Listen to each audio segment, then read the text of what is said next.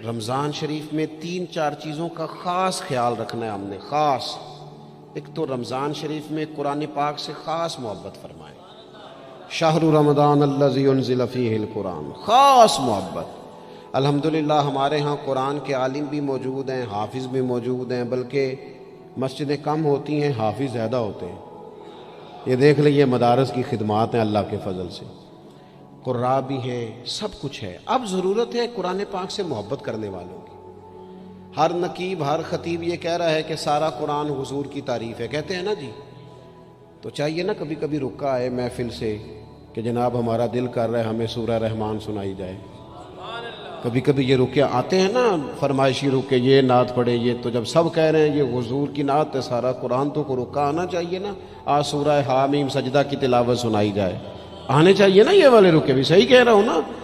تو خوب ارادہ کریں کہ قرآن مجید سننا ہے۔ ہم کھڑے رہتے ہیں، پاسپورٹ کے دفتر بھی 1.5 گھنٹہ لوگ کھڑے ہیں، شناختی کارڈ کے دفتر میں بھی کھڑے، امیگریشن کی لائنوں میں بھی کھڑے۔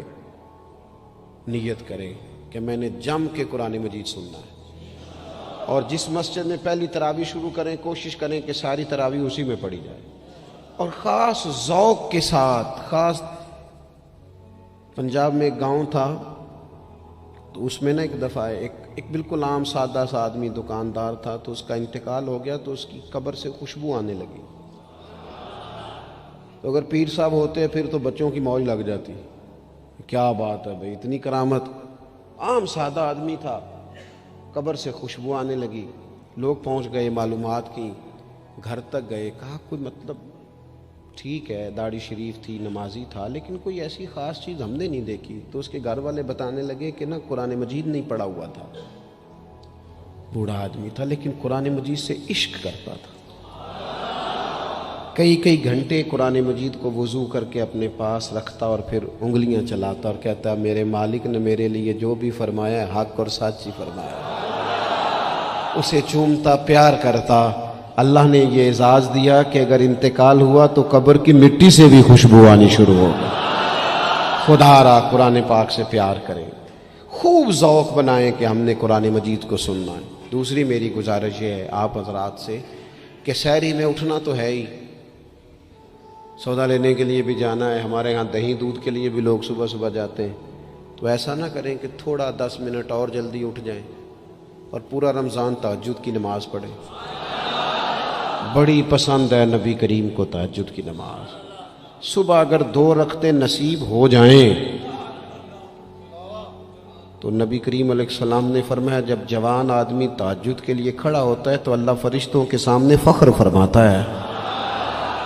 یہ ضرور عادت بنائیں، صبح جن لوگوں کو چند نفل نصیب ہو جائیں اور پھر وہ دعا مانگیں، ایک تو رمضان پھر تہجد کا ٹائم، اس ذوق۔ اور تیسری گزارش میری یہ ہے،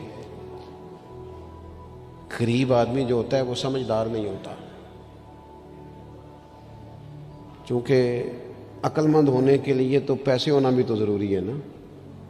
میں نے دیکھا ہے کہ بالکل ان پڑھ آدمی ہو لیکن سیٹھ ہو نا، تو بڑے بڑے سیانے لوگوں کو نصیحتیں کر رہا ہوتا ہے اور اس کی سنی بھی جا رہی ہوتی۔ میری غربت نے کیا مجھ کو زمانے میں بدنام، تیری دولت نے تیرے عیب چھپا رکھے۔ یہ نا غریب آدمی، اگر سیانے ہوتے تو وہ بھی مالدار نہ ہوتے، یہ نہیں سمجھدار ہوتے، یہ بیچارے کمزور ہی اس لیے رہ جاتے ہیں کہ ان کو چالاکیاں، تیزیاں الا ماشاءاللہ نہیں آتی۔ تو کئی دفعہ غریب تکلیف بھی دیتا ہے، جب آپ کچھ بانٹنے لگتے ہیں، جب کچھ آپ دینے لگتے ہیں تو کچھ چیزیں محسوس بھی ہوتی ہیں۔ بندہ دیکھ کر خیرات نہ کریں، اللہ کی رضا دیکھ کر کریں۔ ہمیں صحیح حدیث میں اس شخص کا تذکرہ بھی ملتا ہے جس نے آ کے نا محبوب کی چادر کو کھینچا تھا، یہ بخاری میں، اور گردن مبارک پہ نشان پڑ گیا تھا۔ اس نے کہا میں کچھ لینے آیا ہوں، چادر کو کھینچا، تکلیف ہوئی بظاہر، لیکن محبوب نے پھر بھی جب عطا کیا تو مسکرا کے ہی عطا کیا۔ غریب آدمی تکلیف میں ہے، مہنگائی نے آزمائش پیدا کر دی ہے۔